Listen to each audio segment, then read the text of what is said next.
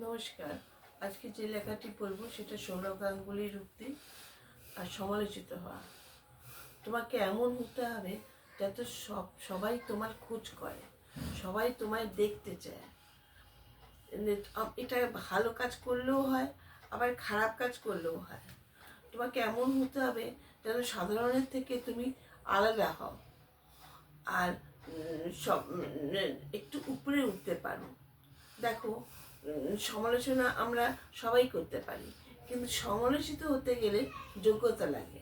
তোমাকে খারাপ কাজ করে সমালোচিত হতে কিন্তু আমি বলছি না।